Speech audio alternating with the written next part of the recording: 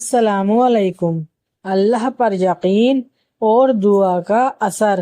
ایک سبق آموز کہانی۔ ایک دور دراز گاؤں تھا جہاں پہاڑوں کے درمیان ایک چھوٹی سی بستی آباد تھی۔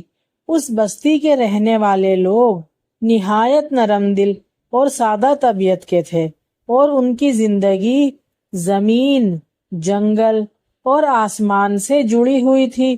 انہی پہاڑیوں کے درمیان ایک چھوٹی سی جھوپڑی میں سادہ سی زندگی گزارنے والا ایک لکڑہارا رہتا تھا، اور اس کا نام وسیم تھا۔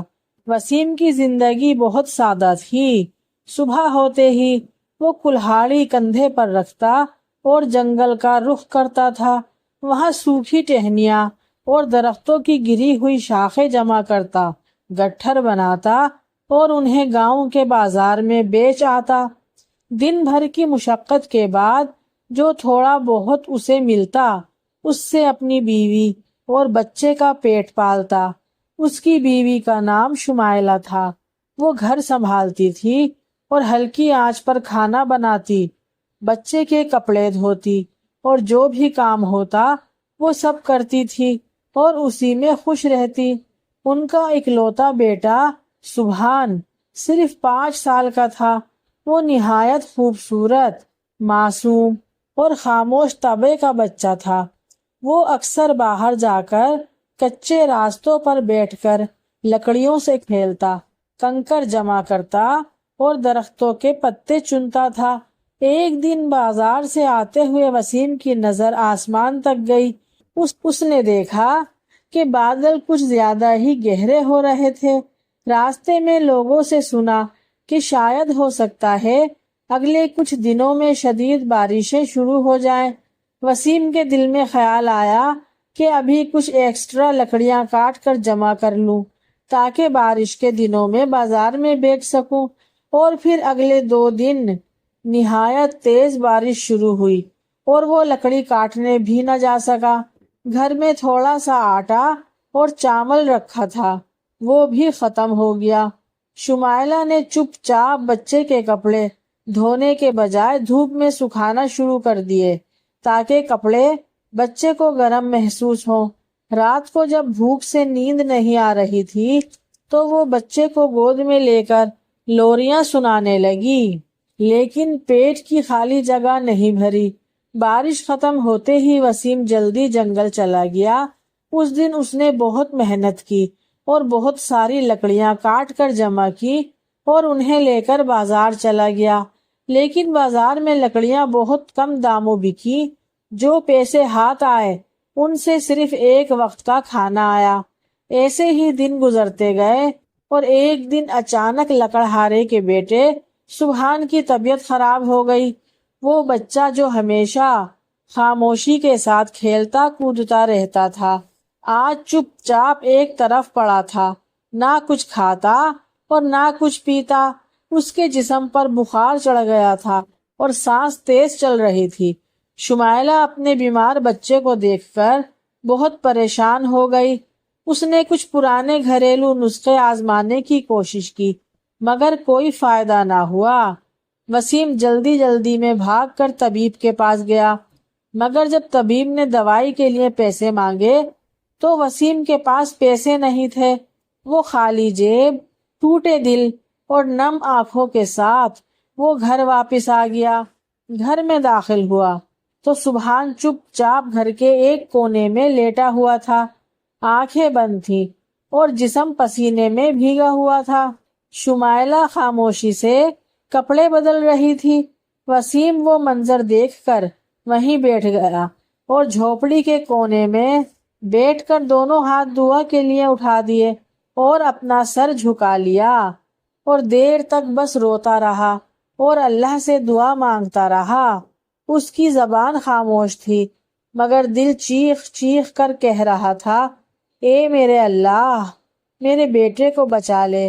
میں تیرے در کے علاوہ کسی اور کے در پر نہیں گیا، اور صرف تو ہی سننے والا ہے اور تو ہی شفا دینے والا ہے۔ یا اللہ، میرے صبر کا اجر دے دے، میرے بیٹے کو صحت دے دے، میرے بیٹے کو زندگی دے دے۔ وہ ساری رات بیٹے کے پاس بیٹھا رہا، نہ ہی کچھ کھایا اور نہ ہی سویا، بس کبھی بیٹے کا ماتھا چومتا، کبھی دعا مانگتا اور کبھی آسمان کی طرف دیکھتا۔ صبح جب سورج نکلا تو سبحان کی سانس کچھ ٹھیک ہونے لگی اور چہرے پر ہلکی سی تازگی واپس آئی۔ وسیم نے کانپتے ہاتھوں سے اس کا ہاتھ تھاما اور وہ لمحہ اس کے لیے دنیا کی سب سے بڑی نعمت تھا۔ صبح کی روشنی وسیم کی جھوپڑی کے اندر داخل ہو رہی تھی۔ لکڑہارا وسیم اپنے بیٹے کے قریب ہی بیٹھا ہوا تھا اور اس کا ہاتھ اب گرم ہو چکا تھا، سانسیں معمول پر آ رہی تھی۔ شمائلہ نے چولہے پر پانی گرم کیا اور اپنے شوہر کو کچھ وقت آرام کرنے کا کہا، لیکن وسیم کی آنکھوں سے نیند اب دور بھاگ چکی تھی۔ وہ صرف اپنے بیٹے کا چہرہ دیکھ کر اللہ کا شکر ادا کر رہا تھا۔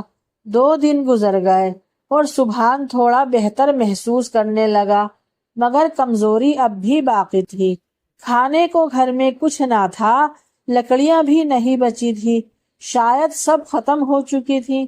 وسیم نے سوچا کہ جنگل جانے کے بجائے آج کسی اور طرف جاؤں، شاید کچھ نیا مل جائے۔ وہ گھر سے نکلا اور پہاڑی راستے پر چلتا گیا۔ کچھ دور چلنے کے بعد اسے ایک پرانا راستہ یاد آیا جو کافی برسوں پہلے وہ مچھلی پکڑنے کے لیے استعمال کرتا تھا۔ آج کئی سال کے بعد وہ اس راستے کی طرف بڑھنے لگا۔ پہاڑی کے نیچے ایک خاموش ساحل تھا جہاں نیلا پانی اپنی لہریں زمین سے ٹکرا رہا تھا۔ وسیم نے وہاں لکڑی کی ایک چھوٹی سی کشتی دیکھی جو ساحل پر ٹوٹی پھوٹی حالت میں پڑی ہوئی تھی۔ اس نے سوچا اگر سمندر نے اسے بلایا ہے تو وہ خالی ہاتھ نہیں لوٹائے گا، اس میں بھی اللہ کی کوئی نہ کوئی مصلحت ہوگی۔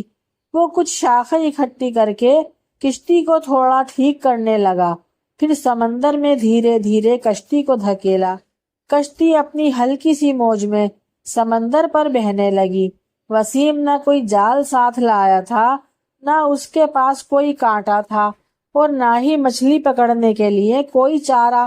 بس دل میں یہ یقین لے کر نکلا تھا کہ بس اللہ جو چاہے گا وہ ہی ہوگا۔ چند لمحے گزرے ہوں گے، پانی میں ہلچل ہوئی۔ ایک مچھلی بہت بڑی سی نیلے رنگ کی اور چمکتی ہوئی کشتی کے کنارے آ کر ٹہلنے لگی۔ وسیم حیران تھا۔ وہ مچھلی کشتی کے ساتھ ساتھ تیرتی گئی، پھر اچانک پانی سے باہر اچھلی اور ایک تھیلا وسیم کی کشتی میں پھینک دیا۔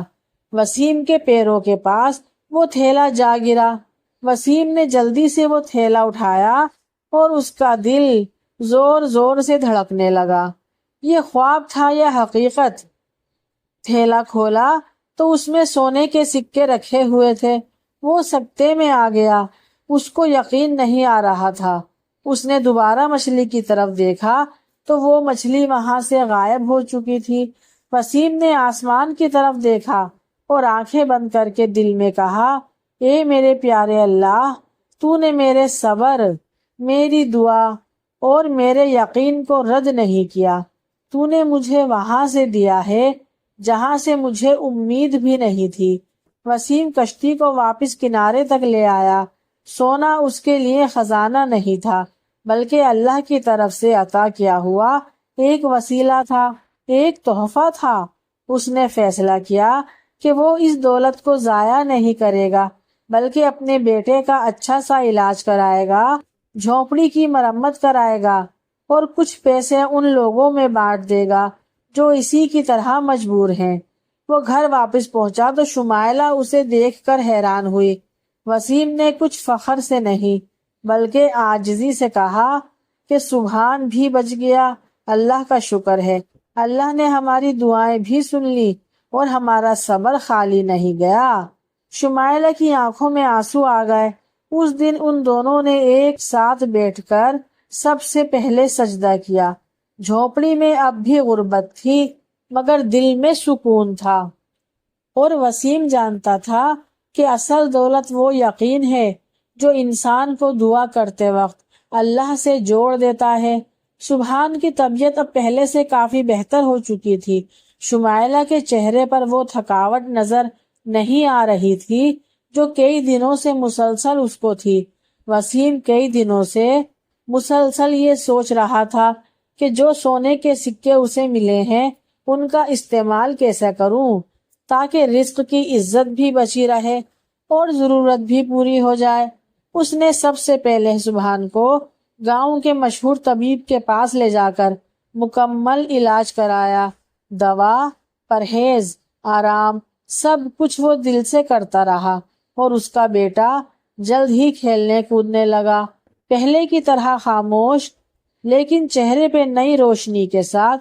اس کا بیٹا ٹھیک ہو گیا۔ اب وسیم نے سونا شہر لے جا کر سونار سے کچھ چاندی کے برتن اور تانبے کے برتن بنوائے اور باقی پیسوں سے لکڑی کا چھوٹا سا کاروبار شروع کر دیا۔ اب وہ صرف لکڑیاں نہیں کاٹتا تھا بلکہ دوسرے غریب لکڑہاروں سے لکڑی خرید کر شہر میں اچھے داموں بیچنے لگا۔ اسے اپنی حالت بدلی ہوئی نظر آنے لگی اور اس کے دل میں غرور کی جگہ پہلے سے زیادہ عاجزی آ گئی تھی۔ اس کی جھونپڑی مٹی سے بنی چھوٹی سی کٹیا بن گئی تھی۔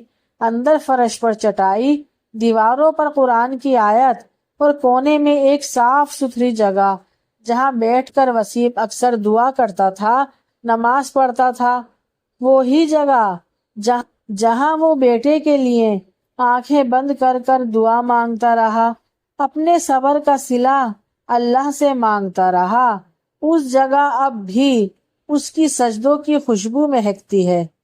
اگر آپ سب کو یہ کہانی پسند آئی ہے تو پلیز جلدی سے لائک کر دیں۔ میرے چینل پر نئے ہیں تو میرے چینل کو سبسکرائب کر دیں۔ نیکسٹ ویڈیو کے لیے اللہ حافظ۔